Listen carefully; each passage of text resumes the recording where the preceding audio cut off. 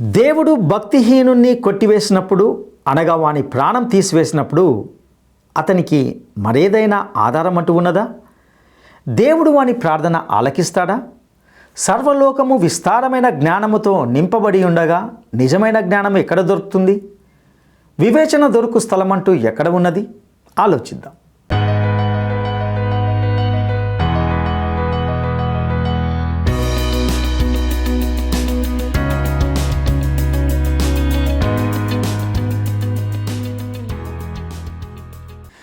క్రీస్తునందు ప్రియమైన ప్రేమధార టీవీ వీక్షకులందరికీ మన ప్రభువును రక్షకుడైన యేసు క్రీస్తు ప్రశస్తమైన నామంలో శుభములు తెలియజేస్తున్నాం.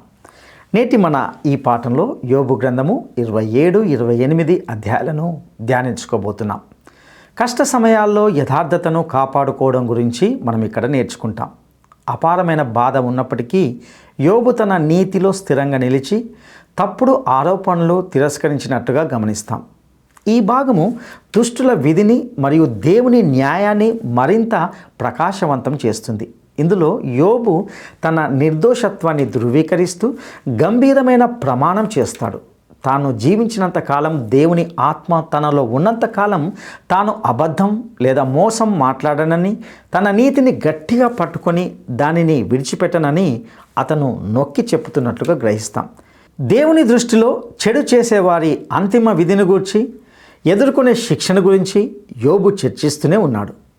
సహజ వనరులను ఎన్నటికీ దేవుడు భూమిలోనే అమర్చి ఉన్నాడు. వాటన్నింటినీ మానవుడు తన జ్ఞానంతో తన కొరకు ఉపయోగించుకుంటున్నాడు. అయితే నిజమైన జ్ఞానము, వివేచన ఎక్కడ దొరుకుతుందనే విషయాలను నేటి ఈ పాఠంలో చర్చిద్దామా?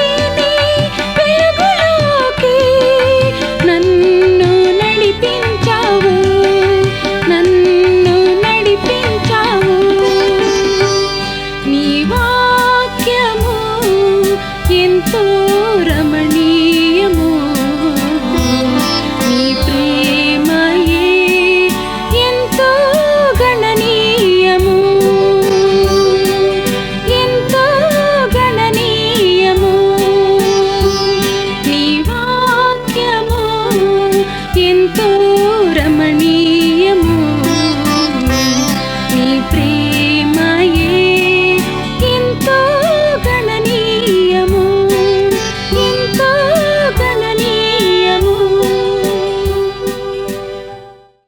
ఈ రోజున మనం యోబు గ్రంథం 27, 28 అధ్యాయాలు వినబోతున్నాము. 27వ అధ్యాయంలో యోబు ఉపన్యాసం కొనసాగుతున్నది.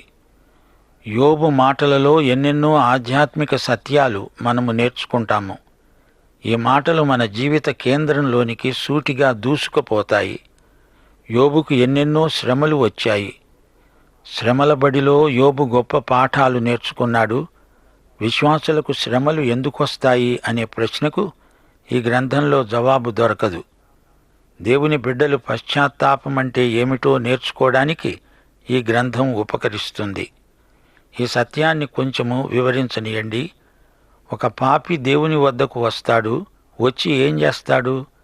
మారు మనస్సు పొందుతాడా? పశ్చాత్తాపం చెందుతాడా? పాపి చేయవలసిందల్లా ఒక్కటే, ప్రభువైన యేసునందు విశ్వాసం ఉంచితే రక్షించబడతాడు.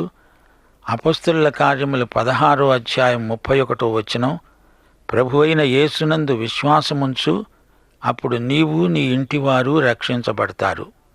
ఇక్కడ పౌలు చెరసాల అధిపతిని ప్రత్యేకంగా మారుమనస్సు పొందు అనలేదు, విశ్వాసం ఉంచు అన్నాడు. విశ్వాసం అనే మాటలో పశ్చాత్తాపం ఇమిడి ఉన్నది. ఒక పాపి ప్రభువు వద్దకు మరలి వచ్చినప్పుడు పాపము నుండి తొలగుతాడు. చెరసాల అధిపతి ఒక విగ్రహారాధికుడు. అతడు విగ్రహారాధన నుండి తొలగి ప్రభువు వైపునకు మరలాడు. ఈ రెండూ కలిసి విశ్వాసం. ప్రభువు వద్దకు మరలడం ముఖ్యం. పాపికి అంతకంటే మరొక సందేశం లేదు. నీ పాపం ఏదో ముందు తెలుసుకో. నీవు దేవుని బిడ్డవైనా ఏదో పాపం నీలో దోబూచులాడుతూ ఉండవచ్చు. నీవు దేవుని బిడ్డవు గనుక మారుమనస్సు పొందాలి. ఇప్పుడు 27వ అధ్యాయం 1వ వచనం నుండి యోబు ఇంకా ఉపమాన రీతిగా మాట్లాడుతూ అన్నాడు, నా ఊపిరి ఇంకా నాలో పూర్ణముగా ఉండడాన్ని బట్టి, దేవుని ఆత్మ నా నాసికారంధ్రాలలో ఉండడాన్ని బట్టి, నా న్యాయాన్ని పోగొట్టిన దేవుని జీవము తోడు, నా ప్రాణాన్ని వ్యాకులపరచిన సర్వశక్తుని తోడు. నిశ్చయముగా నా పెదవులు అబద్ధం పలకటం లేదు, నా నాలుక మోసమును ఉచ్చరించటం లేదు. యోబు ఏమంటున్నాడు? దేవుడు నాకు ఎట్టి హక్కు లేకుండా చేశాడు. నా ఆత్మ చేదెక్కిపోయింది. దేవుని ఆత్మ నాలో ఉన్నాడు. నేను నీతిమాలిన మాటలు మాట్లాడను. నా నోట అబద్ధం వెలువడదు. యోబు తెగించి మాట్లాడుతున్నాడు. జోఫరు తన ప్రశ్నలకు జవాబు చెప్పలేకపోయాడు. యోబు స్నేహితులు ముగ్గురూ ఏవేవో మాట్లాడారు. యోబు అంటున్నాడు, మీరు చెప్పినది న్యాయమని నేనేమాత్రమునూ ఒప్పుకొనను. మరణమయ్యే వరకు నేనెంతమాత్రము యథార్థతను విడువను. యోబు స్థిరంగా ఉన్నాడు. స్నేహితుల మాటలు విన్న కొద్దీ యోబు తనను తాను సమర్థించుకోవడానికి సన్నద్ధుడవుతున్నాడు. సమర్థన అనేది మనిషిలో కృత్రిమమైన ధైర్యాన్ని కలిగిస్తుంది. దేవుడు తనకు అన్యాయం చేశాడని, నేను నిర్దోషినని రుజువు చేసుకోవాలి అనే ప్రయత్నం మంచిది కాదు. తానే గొప్ప యథార్థవంతుణ్ణి అని అన్నిసార్లు చెప్పుకోవడం దేవుని నీతి కాదు. యోబు అంటున్నాడు, నా నీతిని విడువకుండా గట్టిగా పట్టుకుంటాను. నా ప్రవర్తన అంతటి విషయంలో నా హృదయం నన్ను నిందించదు. ఏమిటేమిటి? యోబు ఏమంటున్నాడు? తాను నిర్దోషి, అమాయకుడు, యథార్థపరుడు, నీతిమంతుడు. మనిషి ఎంత మంచివాడైనా దేవుని బిడ్డ అలా చెప్పలేడు, చెప్పకూడదు. అతడు ఈ మాటలు దేవునికి చెప్తున్నాడా లేక తన స్నేహితులకు చెప్తున్నాడా? ఆ తరువాత యోబు దేవుని సన్నిధిలో నోరు మూసుకున్నాడు, బూడిదలో పొర్లాడాడు. మరో విషయం మనం గ్రహించాలి. యోబు స్నేహితులు చెప్పిన మాటల్లో కొంత సత్యం ఉంది. వారు తెచ్చిన ఔషధం మంచిది, కాని యోబు రోగానికి తగిన ఔషధము కాదు. డొంక తిరుగుడు మాటలతో యోబు స్నేహితులు గంటల తరబడి ప్రసంగించారు. తన అనుభవం ఒకడు చెబితే మరొకడు సాంప్రదాయాన్ని పైకెత్తుతున్నాడు. ఇంకొకడు ధర్మశాస్త్రము అని మొత్తుకుంటున్నాడు. సంపూర్ణ సత్యాన్ని వారిలో ఏ ఒక్కడూ యోబుకు ప్రకటించి ఉండలేదు. వీరి మాటలకు ఫలితంగా యోబులో అహంభావ దృక్పథం ఏర్పడింది. వారంటారు, యోబు ఏదో రహస్య పాపం చేసి ఉంటాడు, అతడు దాన్ని ఒప్పుకోవాలి. అయితే అలాంటిదేమీ లేదు. అతడు రహస్యంగా ఘోర పాపమేమీ చేయలేదు. ఈ విషయంలో యోబు స్నేహితుల అంచనాలు తప్పు. వారి తప్పును ఎత్తి చూపించడానికి యోబు తాను నీతిమంతుణ్ణి అనాల్సి వచ్చింది. యోబు ఆ విధంగా తనను తాను సమర్థించుకోనక్కర్లేదు. దేవుని సన్నిధిలో విరిగి నలిగిన హృదయంతో చేతులు జోడించి నిలిస్తే చాలు. అట్టి స్థితికి నిన్ను నన్ను తేవడానికే దేవుడు శ్రమలు రానిస్తాడు. శ్రమలు సూర్యుని లాంటివి. సూర్యరశ్మిలో మైనం ఉంచితే అది కరిగిపోతుంది. బంకమన్ను సూర్యరశ్మిలో గట్టిపడుతుంది.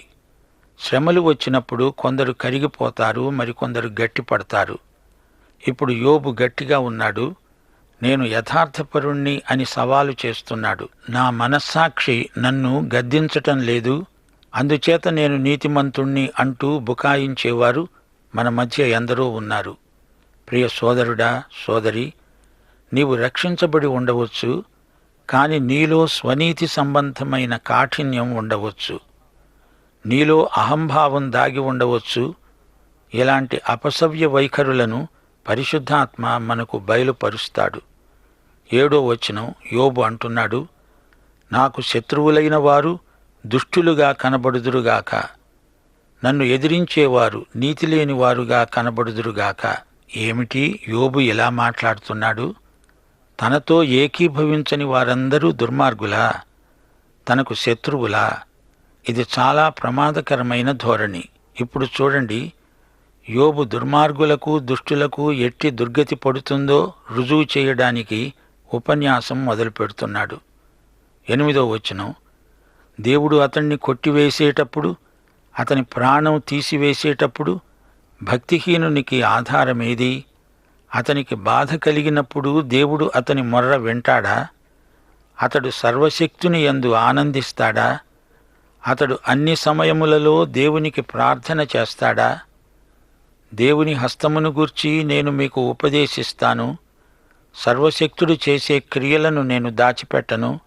నిజమే, దుర్మార్గులు అభివృద్ధి చెందవచ్చు గాని వారిపైకి తీర్పు రాక తప్పదు.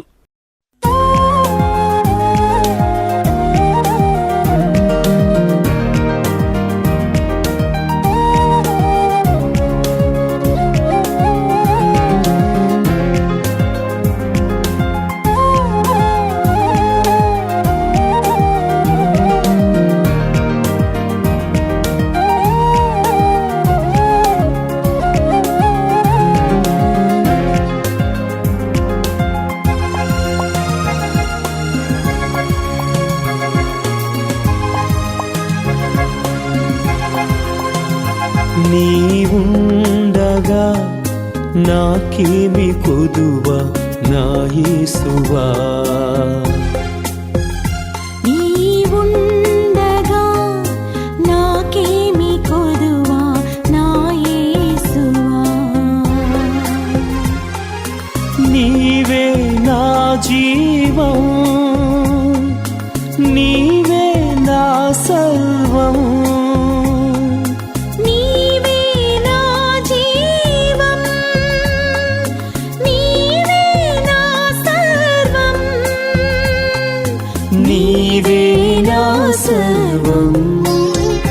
నీవుండగా నాకేమి కొదువా నా యేసువా, నీవుండగా నాకేమి కొదువా నా యేసువా.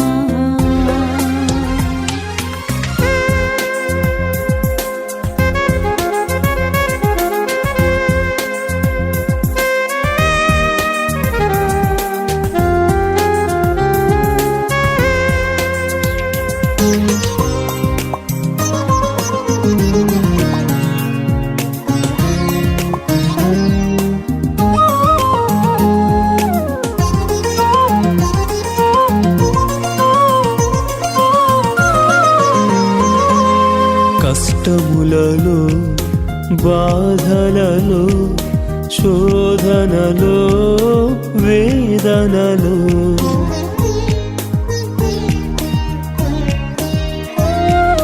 కష్టములలో బాధలలో శోధనలో వేదనలో నీ తోడు నీ ప్రేమ నీ తోడు నీ ప్రేమ నాకుండగా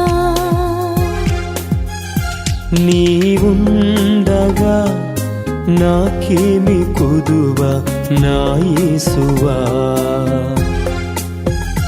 నీవుండగా నాకేమి కొదువా నా యేసువా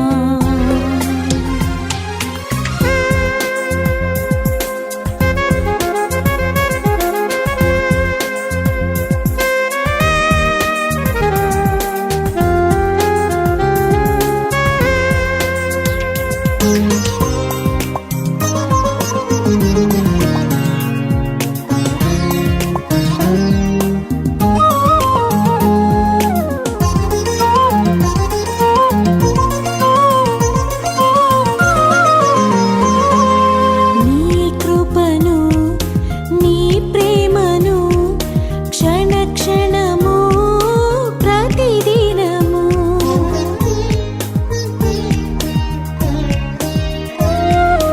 నీ కృపను నీ ప్రేమను క్షణ క్షణము ప్రతిదినము నాపై ఉంచి కాయుమయా నాపై ఉంచి కాయుమయా నా యేసయ్యా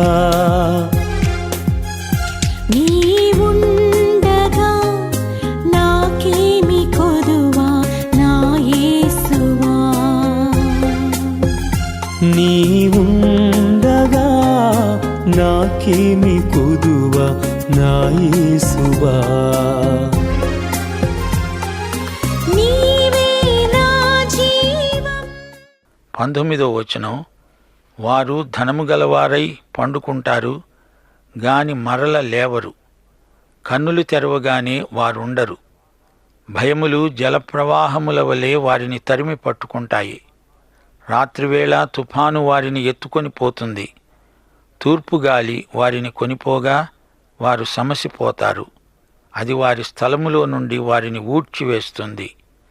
ధనధాన్య సమృద్ధి ఉన్నంత మాత్రాన మనిషి తీర్పును తప్పించుకోలేడు. దీపం ఆరిపోతుంది, మంట చల్లారిపోతుంది. బలమైన గాలి కిటికీలో గుండా దూసుకుని వచ్చి నీ నట్టింటి దీపాన్ని ఆర్పేస్తుంది. 23వ వచనం, మనుష్యులు వారిని చూచి చప్పట్లు కొడతారు. వారి స్థలములో నుండి వారిని చీకొట్టి తరిమివేస్తారు. ఎంత గొప్ప నిరంకుశుడైనా చచ్చిపడినప్పుడు మనుష్యులు ఆ శవాన్ని తొక్కి నడుస్తారు. దుష్టులకు తీర్పు తప్పదు. మానవుడి గొప్పతనం మట్టిపాలైపోతుంది. యోబు మాటల పుట్ట. ఎన్నెన్నో సంగతులు ధారాళంగా మాట్లాడుతున్నాడు. ఇప్పుడు మనం 28వ అధ్యాయానికి వస్తున్నాము. యోబు ఈ అధ్యాయంలో శ్రేష్టమైన కవిత గానం చేస్తున్నాడు. ఇదొక పాట, గాని అనువాదంలో అది పాటగా ధ్వనించటం లేదు. ఇది హీబ్రూ కవిత, చక్కని పద్యం. యోబు గొప్ప కవి కూడా. అతని మాటలు పాటల్లాగా ఉంటాయి, పాటలు మాటల్లాగా ధ్వనిస్తాయి. 1వ వచనం నుండి, వెండికి గని ఉన్నది, పుటము వేసే సువర్ణానికి స్థలం ఉన్నది. ఇనుమును మట్టిలో నుండి తీస్తారు, రాళ్లను కరిగించి రాగి తీస్తారు. మనుష్యులు చీకటికి అంతం కలుగజేస్తారు. గాఢాంధకారములోనూ మరణాంధకారములోనూ ఉండే రత్నాలను వెదుకుతూ వారు భూమ్యంతముల వరకు సంచరిస్తారు.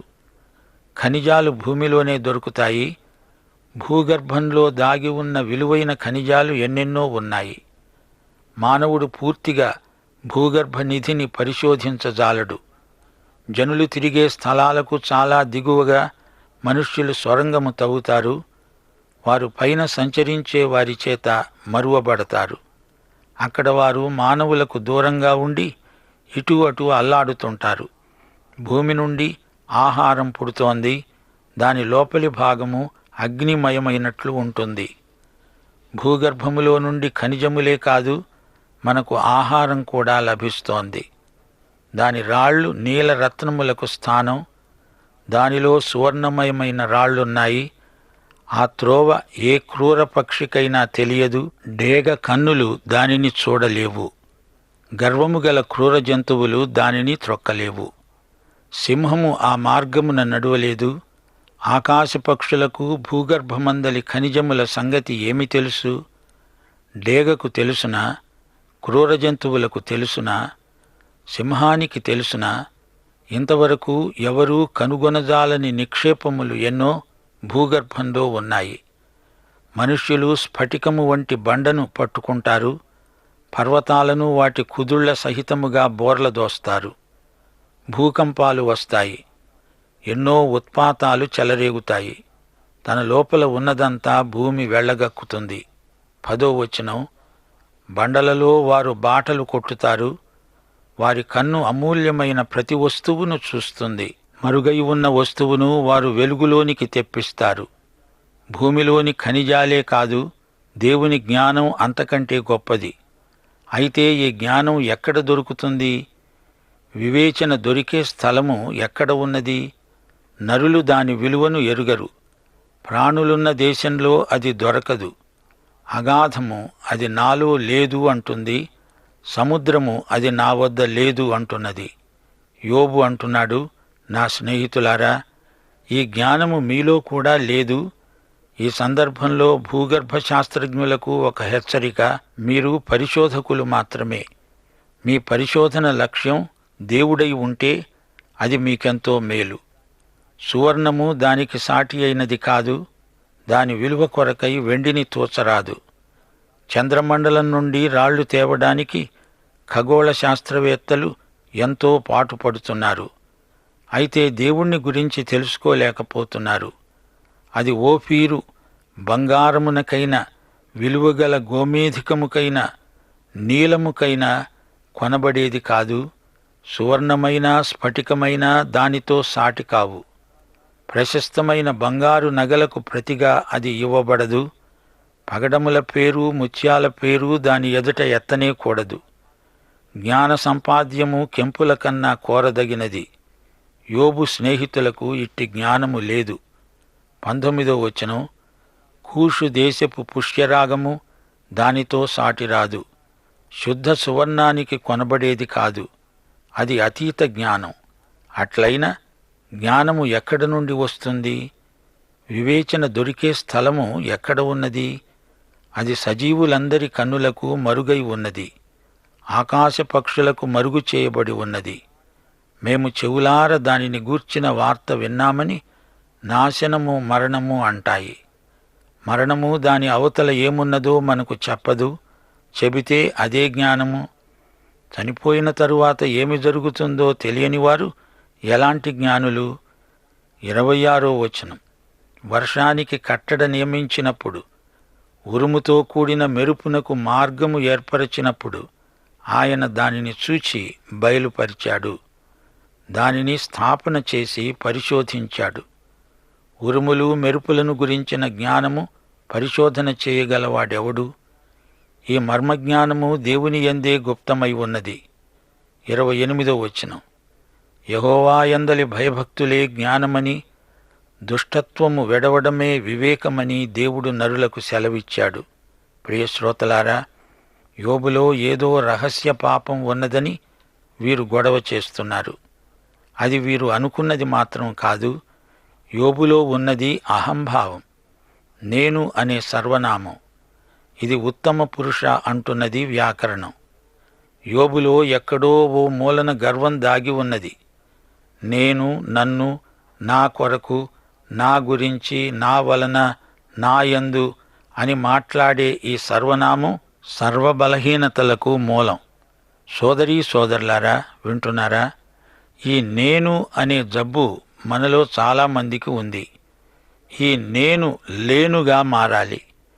విరిగి నలిగిన హృదయంతో ప్రభువు వద్దకు రావాలి. యోబు స్నేహితులకు కూడా ఈ జబ్బు ఉంది. అందుకే వారు యోబుకు ఎట్టి సహాయము చేయలేకపోయారు. యోబు స్నేహితుల వేదాంతాన్ని మరొకసారి గమనించండి.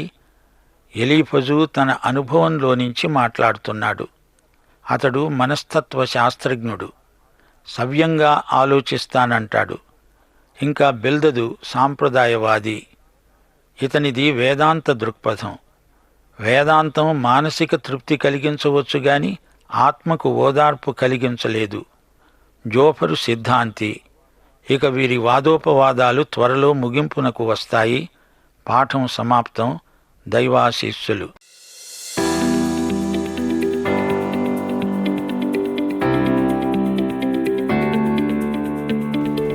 దేవుడు విశ్వాసికి శ్రమలు రానివ్వడానికి గల కారణమేమిటి? దేవుడు విశ్వాసికి శ్రమలు రానివ్వడానికి గల కారణమేమిటి? 1. తన పరిశుద్ధతను కాపాడుకోవడానికి. 2. విశ్వాసిని శిక్షించడానికి. 3. విరిగి నలిగిన హృదయంతో దేవుని సన్నిధికి రావడానికి. ఈ ప్రశ్నకు సరైన జవాబును ఈ వాట్సాప్ నంబర్కు పంపండి. ప్రియులారా, ఇంతవరకు మనము యోబు యొక్క జీవితంలోని లోతైన భావాలను, విలువైన సత్యాలను గ్రహించి ఉన్నాం. యోబు దేవుడు తనకు అన్యాయం చేశాడని, తాను నిర్దోషినని రుజువు చేసుకునే ప్రయత్నము ఎంతమాత్రమూ మంచిది కాదని ఈ పాఠంలో మనం తెలుసుకున్నాం.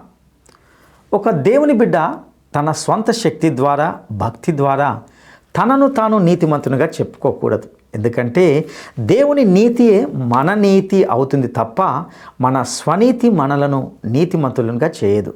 దేవుని సన్నిధిలో విరిగి నలిగిన హృదయంతో చేతులు జోడించి తగ్గించుకుంటే చాలు.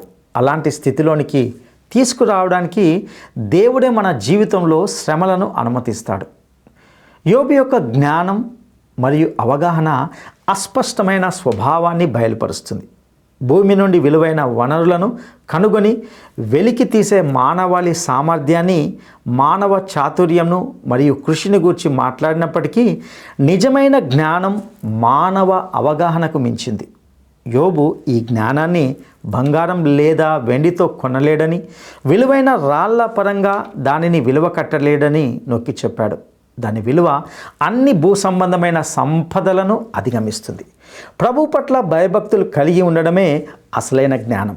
చెడు నుండి దూరంగా ఉండడమే నిజమైన జ్ఞానం. నిజమైన జ్ఞానం దేవుని నుండి వస్తుందని గుర్తించి ప్రార్థన మరియు ఆయన వాక్య అధ్యయనం ద్వారా మాత్రమే ఆయన్ని వెదకడానికి ప్రయత్నిద్దాం. అట్టి కృప దేవుడు మనందరికీ దయచేయునుగాక. దైవాశీస్సులు. ఈ కార్యక్రమం మీకు నచ్చిందా? అయితే వెంటనే మిస్డ్ కాల్ ఇవ్వండి. బహుమతి పొందే విజేత మీరే కావచ్చు.